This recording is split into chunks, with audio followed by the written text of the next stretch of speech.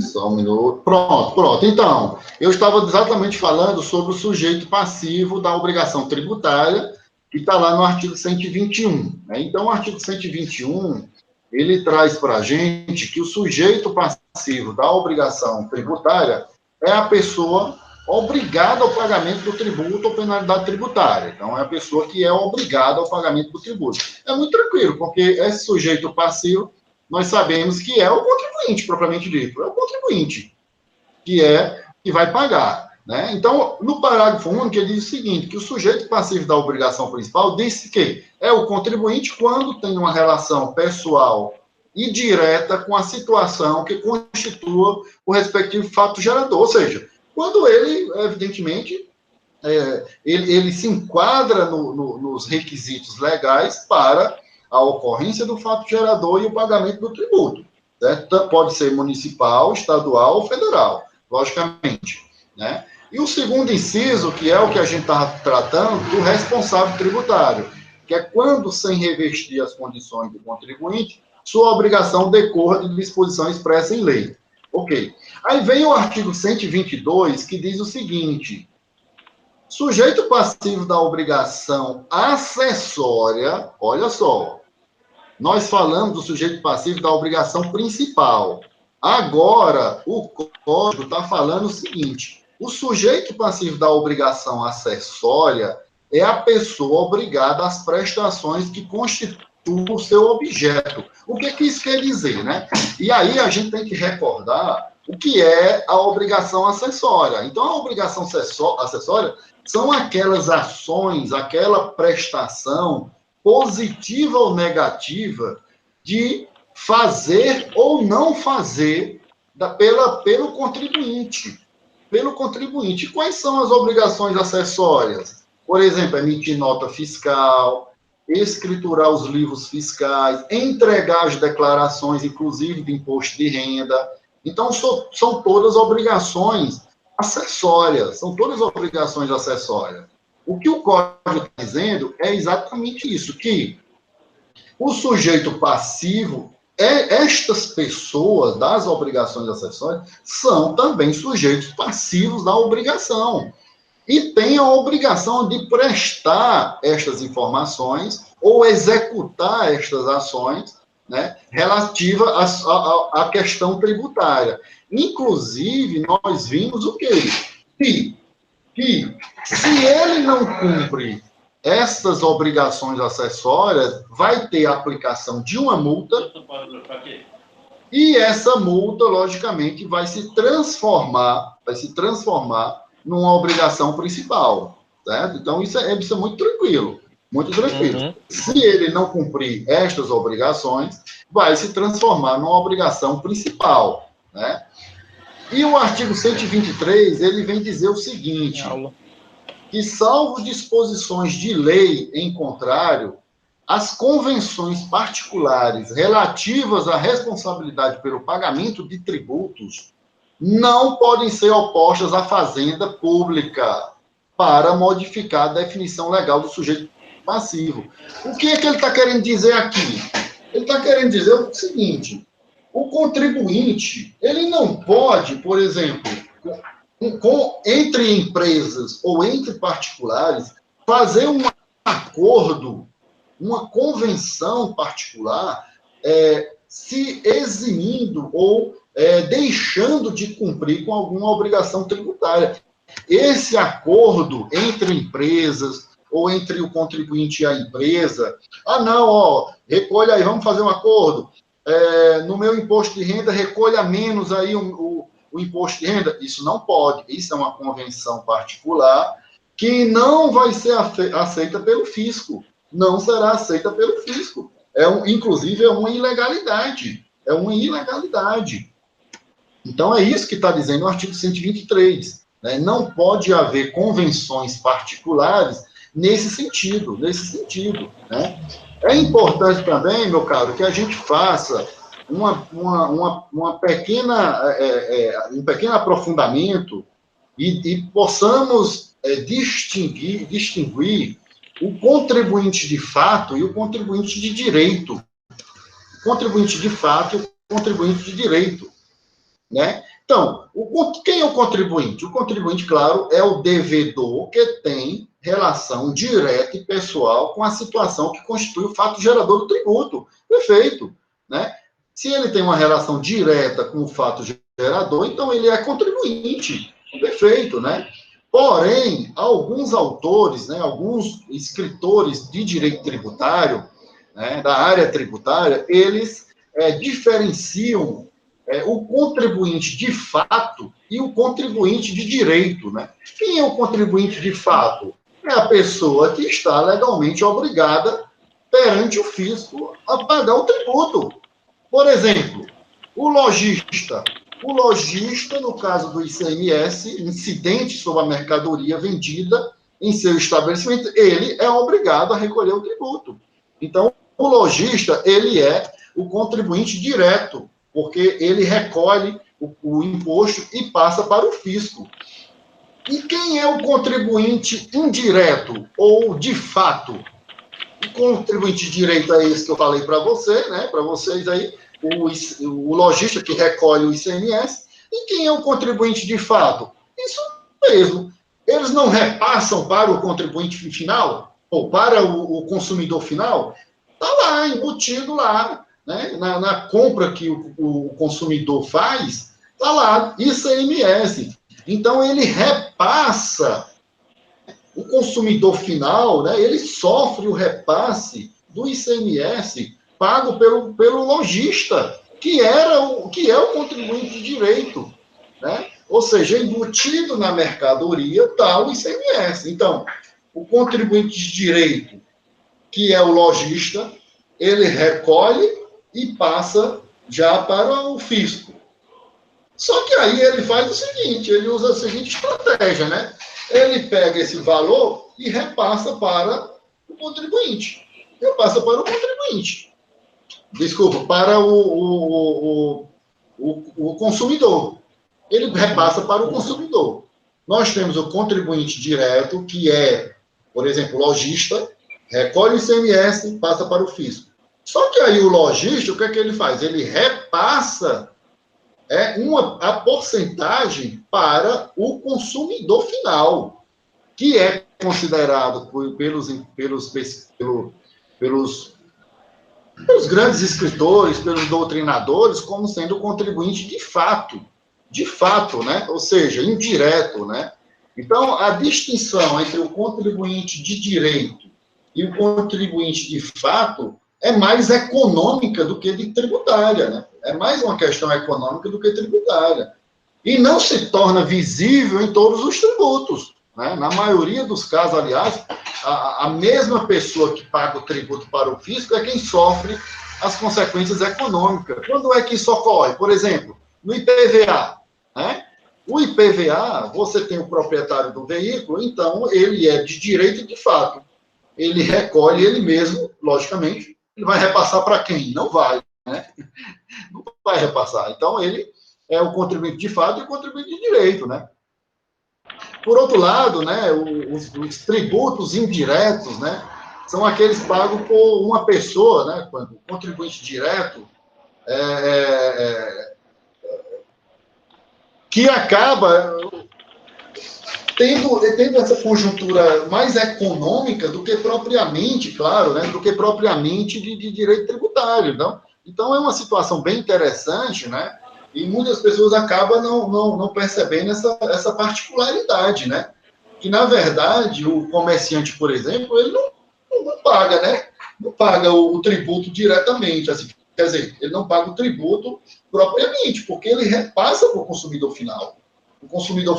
Nós vamos ver já uma discussão dos tribunais sobre essa questão, né?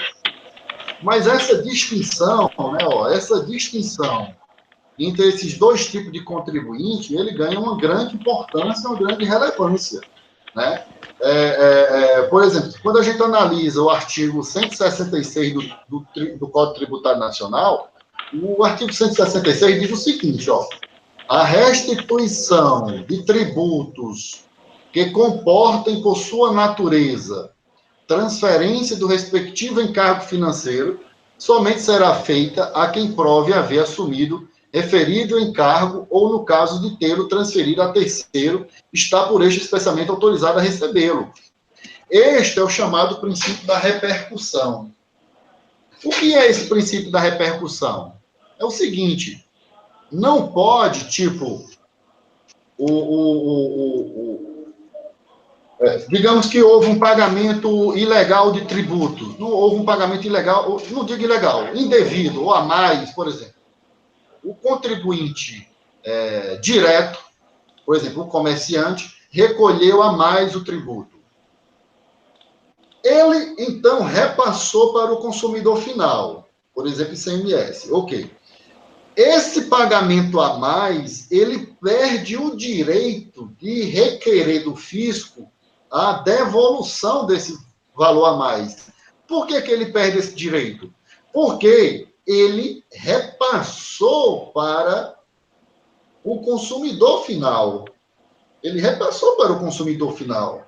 Então, ele não tem o direito de exigir do fisco, digamos que ele pagou a mais. Ele pagou a mais. Ele perde esse direito porque ele repassou para o consumidor final. Se houvesse essa restituição para o contribuinte direto, por exemplo, o comerciante, né, isso seria um enriquecimento ilícito, porque não houve alteração no patrimônio dele.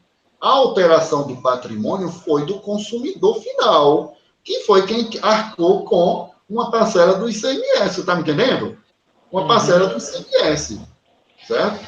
Então, isso é interessante exatamente porque isso é denominado do princípio da repercussão, segundo o qual a restituição de tributos indiretos só pode ser feita pelo contribuinte de direito, se houver comprovação de que ele repassou para o contribuinte de fato, que ele não repassou para o contribuinte de fato o valor do encargo financeiro. Então, é isso que diz o artigo 166 do CPN. Né? Houve uma decisão judicial num agravo regimental, no agravo de instrumento, 1.365.535 de Minas Gerais, o relator foi o ministro Napoleão Nunes Maia Filho, de 7 de fevereiro de 2012, onde ele disse o seguinte, ICMS, depósito administrativo, levantamento, legitimação, subjetiva ativa, cuida-se na espécie do levantamento de valores depositados administrativamente relativa à cobrança de ICMS sobre serviço de instalação de linha telefônica. Afastou-se o levantamento do depósito administrativo pela empresa de telefonia, por se entender que somente o contribuinte, de fato, o que suporta efetivamente o ônus financeiro do tributo, é que está legitimado para o pedido de repetição de valores indevidamente pagos ao fisco. No caso, o valor depositado foi repassado para o consumidor final, ou seja, o usuário do serviço de telefonia. Assim, apenas o usuário do serviço tem legitimidade subjetiva ativa para requerer o levantamento do depósito em função de haver suportado ônus indevidos. Ou seja, o que ele está dizendo aí é exatamente isso. É exatamente isso. Se houve um pagamento indevido a mais de um tributo para o fisco, para a fazenda, e, por exemplo, o comerciante repassou para o contribuinte final, ele não tem base legal, o comerciante direto, de requerer a restituição. Por quê? Porque ele passou para o contribuinte final. Mas o contribuinte final poderia requerer isso. Logicamente, provando toda essa situação, essa cadeia. Só que o comerciante, que é o contribuinte direto, ele perde esse direito porque senão seria enriquecimento ilícito. E isso não é permitido pela legislação. Então, é muito interessante, inclusive, essa decisão judicial que vem nesse contexto, né? Nesse contexto exatamente de dizer que não é possível, claro, que ocorra essa restituição, né? Então, é um mecanismo interessante, né? Mas nos mostra exatamente isso, né? Que, na verdade, o consumidor final é que acaba pagando pela tributação do país, né? Em alguns casos, logicamente, né? Nesse caso específico que a gente tocou aí, né? Partindo mais à frente, meu caro, nós temos aí a questão da solidariedade no direito tributário, né? Solidariedade no direito tributário. No direito tributário brasileiro, não existe a solidariedade ativa, né? Por exemplo, entre credores. Por quê? Porque, logicamente, que a União, o Estado, o Distrito Federal e o município, eles não têm uma solidariedade ativa. Assim, o tributo só pode ser devido a uma entidade credora, ou seja, o polo ativo da obrigação tributária não admite pluralidade de credores ou de cobradores do tributo, em tese, né? Porque se eu tive, por exemplo, você já pensou um tributo, o mesmo tributo sendo cobrado pelo município, pelo Estado? Isso não ocorre, não pode. Isso seria o que a gente chama de bitributação. E isso não é permitido pela legislação. Mas a solidariedade tributária passiva, ela é permitida pela legislação, né? Claro, desde que expressamente prevista em lei, né? Expressamente. Se tu puder aí, só clicar nessa parte que tem o sonzinho que está dando uma chiadeirazinha, qualquer coisa tu abre e tu pergunta qualquer coisa. E dá de boa demais. Então, é só onde tem aí o microfonezinho. É só tu clicar, porque tu desliga e qualquer coisa, não é para desligar tudo não, é só onde tem um microfonezinho. Pronto, show de bola, exato. Pronto, porque aí qualquer ruído daí, ou qualquer conversa daí, eu não ouço aqui, entendeu? Eu não estou ouvindo nada de você. Qualquer coisa, tu desliga e pergunta. Ou pergunta pelo chat também, caso não queira perguntar. Mas pode desligar e perguntar também. Show de bola. Então, a solidariedade tributária passiva, ou seja, a gente pode ter mais de um contribuinte no polo passivo, é permitido se tiver expresso na lei, né? Então, não há uma presunção de solidariedade passiva, mas a lei ela permite a possibilidade de nós termos mais de um contribuinte passivo, né? Então, a solidariedade passiva está prevista no artigo 124 e 125 do Código Tributário Nacional. 124 e 125 do Código Tributário Nacional. Então, quais são as características da solidariedade passiva no caso dos devedores? Né? A solidariedade tributária é sempre passiva, nunca ativa, certo? Qual é a outra característica? A solidariedade não é presumida. Não, nós não podemos entender, agora tem a solidariedade passiva. Não é assim. Depende, em todo caso, da previsão na lei. E são solidárias as pessoas que têm interesses comuns na situação que constitui o fato gerador. Por exemplo, como isso ocorre? Quando você tem uma propriedade que pertence a mais de uma pessoa, quando você tem uma propriedade que pertence a mais de uma pessoa, neste caso, a obrigação de pagar IPTU é solidária. Ou seja, por exemplo, você tem um proprietário um imóvel que tem 3 donos registrados. Então, nós temos uma solidariedade passiva. Todos os 3 têm a obrigação de pagar, recolher, por exemplo, o IPTU. Certo? Então, é isso que quer dizer. São solidárias as pessoas que tenham interesses comuns na situação. Certo? Então, esses 3, eles têm essa solidariedade e a obrigação de pagar tributo, o tributo, logicamente. Né? Então, qual é a outra característica? A solidariedade tributária nunca comporta o chamado benefício de ordem, né? Razão pelo qual o fisco não pode escolher livremente qual, entre os devedores, será acionado para o pagamento. Ou seja, o que é o benefício de ordem? O fisco não pode dizer, vou cobrar de Luciano e não vou cobrar dos outros. Não é assim. Certo? Se ele vai cobrar, cobra dos 3, logicamente. Mas nós vamos ver que se um paga, aproveita para os demais. Então, está resolvida a situação. Está resolvida a situação. Está me entendendo? Então, por exemplo, no imóvel que tem 3 donos, eles são solidários, passivos, para recolher o tributo, propriamente dito. Se um paga, logicamente que aproveita aos demais. Aproveita aos demais. Né?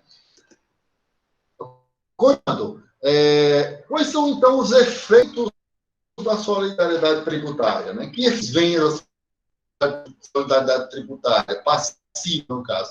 Está lá no artigo 25 do Código Tributário Nacional. Por exemplo, o pagamento efetuado por um dos obrigados aproveita para os demais. Por exemplo, nesse exemplo que a gente deu aí, o pagamento de um aproveita para os demais.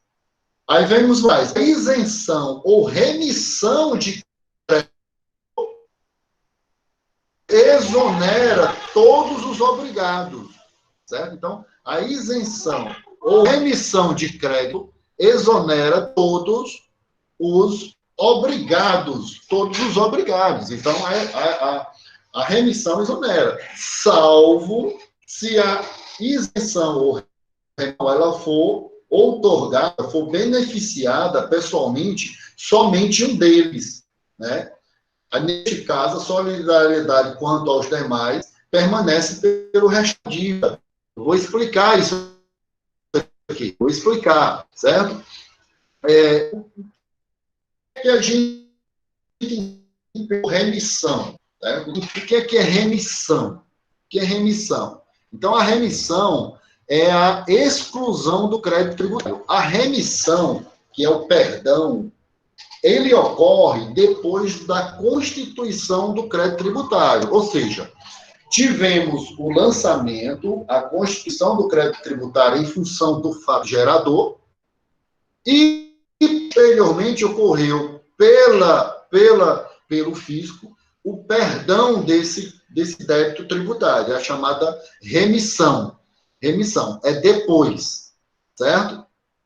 A remissão aproveita para os 3, no nosso exemplo, lógico. Então, a remissão, o perdão da dívida, vai para os 3. Mas pode ocorrer, por exemplo, a remissão só de um. Só de um. Quando pode ocorrer a remissão, o perdão só de um? Por exemplo, no caso de deficientes, é possível termos a remissão só de um. Então, a remissão só de um, logicamente que o saldo dos demais terão eles que pagar o tributo. Então, isso é possível, certo? Isso está previsto no artigo 172 do Código Tributário Nacional, onde diz que a lei pode autorizar a autoridade administrativa a conceder, por despacho, remissão total ou parcial do crédito tributário. E quando é que isso pode ocorrer? Em situação econômica, dependendo da situação econômica do sujeito passivo. Pode ocorrer quando ocorre um erro ou uma ignorância excusável do sujeito passivo quanto à matéria, ou seja, quando ocorre um equívoco do sujeito passivo. Quando é que pode ocorrer isso? Quando há uma diminuição, quando o crédito tributário é um valor muito pequeno, então pode ocorrer esse perdão, remissão. Quando é que pode ocorrer? Em determinadas situações, para equilibrar a questão do contribuinte passivo, né? Para manter uma certa equidade, um equilíbrio, certo? No que diz respeito, uma igualdade entre os contribuintes. Quando é que isso pode ocorrer a remissão? Em algumas condições voltadas para regiões do país, né? Por uma questão de regional, ter um perdão tributário, certo? Então, é possível, sim, ocorrer a remissão, certo? E quando é que ocorre a isenção tributária? Quando é possível nós termos uma isenção tributária? A isenção, ela só ocorre antes do lançamento do crédito tributário. Nós vimos em um outro momento de nossas aulas a questão quando a gente tratou das imunidades tributárias, que só tem imunidade o que está previsto na Constituição de 88, e os casos de isenções. A isenção pode ocorrer por lei. Só que a isenção é antes da constituição do crédito tributário, antes do fato gerador. Aí pode ocorrer isenção. E a remissão, que é o perdão da dívida, é só depois. Só depois é que pode ocorrer a remissão do crédito tributário, certo? E quando é que ocorre a chamada... Assim, um outro efeito dessa solidariedade tributária é a chamada interrupção da prescrição em favor ou contra de um dos obrigados. E quando é que ocorre a interrupção da prescrição? Isso só ocorre quando há um processo judicial de execução tributária. Por exemplo, eu não recolhi os devidos tributos, eu não recolhi imposto de renda, fui notificado administrativamente pela Receita Federal, não cumpri.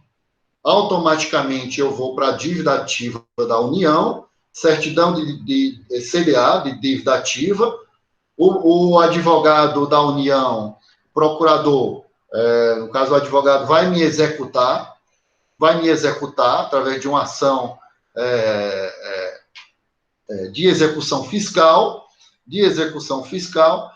Quando eu for citado no processo, outra coisa, constituir o crédito tributário já inicia o prazo de prescrição. Eu mostrei para a turma, entreguei um quadro, a linha do tempo do professor Sabá, que ele mostra exatamente isso. A prescrição é a perda do direito de promover a ação de execução fiscal. E quando é que o fisco, em quanto tempo o fisco deve me executar para cobrar um tributo? Em até 5 anos após a constituição do crédito tributário. Constituiu o crédito tributário, o fisco tem até 5 anos para me cobrar. Se ele não me cobrar, prescreveu.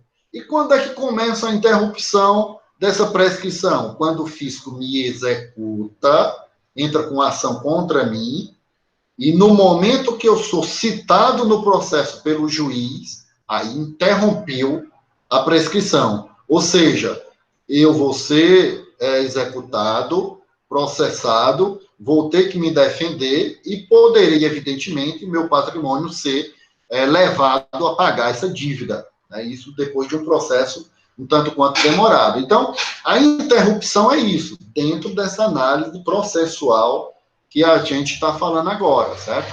Então, agora eu vou ler o que é que diz o Código Tributário Nacional, que vai reforçar exatamente tudo isso que eu falei agora há pouco, sobre a solidariedade. A solidariedade tributária, ela está lá no artigo 124, que diz: são solidariamente obrigados, inciso 1, as pessoas que têm interesses comuns na situação que constitui o fato gerador da obrigação tributária. Falei para você do exemplo do dono, do proprietário, os proprietários de um imóvel, IPTU. Então, eles são solidários. Inciso 2, as pessoas que são designadas pela lei. Também ocorre a possibilidade. O parágrafo único diz o seguinte, que a solidariedade referida acima não comporta o benefício de ordem. Disse para vocês o que é o benefício de ordem. Se há 3 sujeitos passivos da obrigação tributária, não há que se dizer em benefício de ordem. Então, todos os 3 são responsáveis. Não há como o fisco escolher quem executar. Não funciona assim, certo? Adiante, nós temos o artigo 125, que diz o seguinte: salvo disposição de lei em contrário, são os seguintes efeitos da solidariedade. Falei já dos efeitos. Eu estou apenas reforçando pela legislação, que é o CTN. Inciso 1. O pagamento efetuado por um dos obrigados aproveita ao demais. Falei. Digamos, hipoteticamente,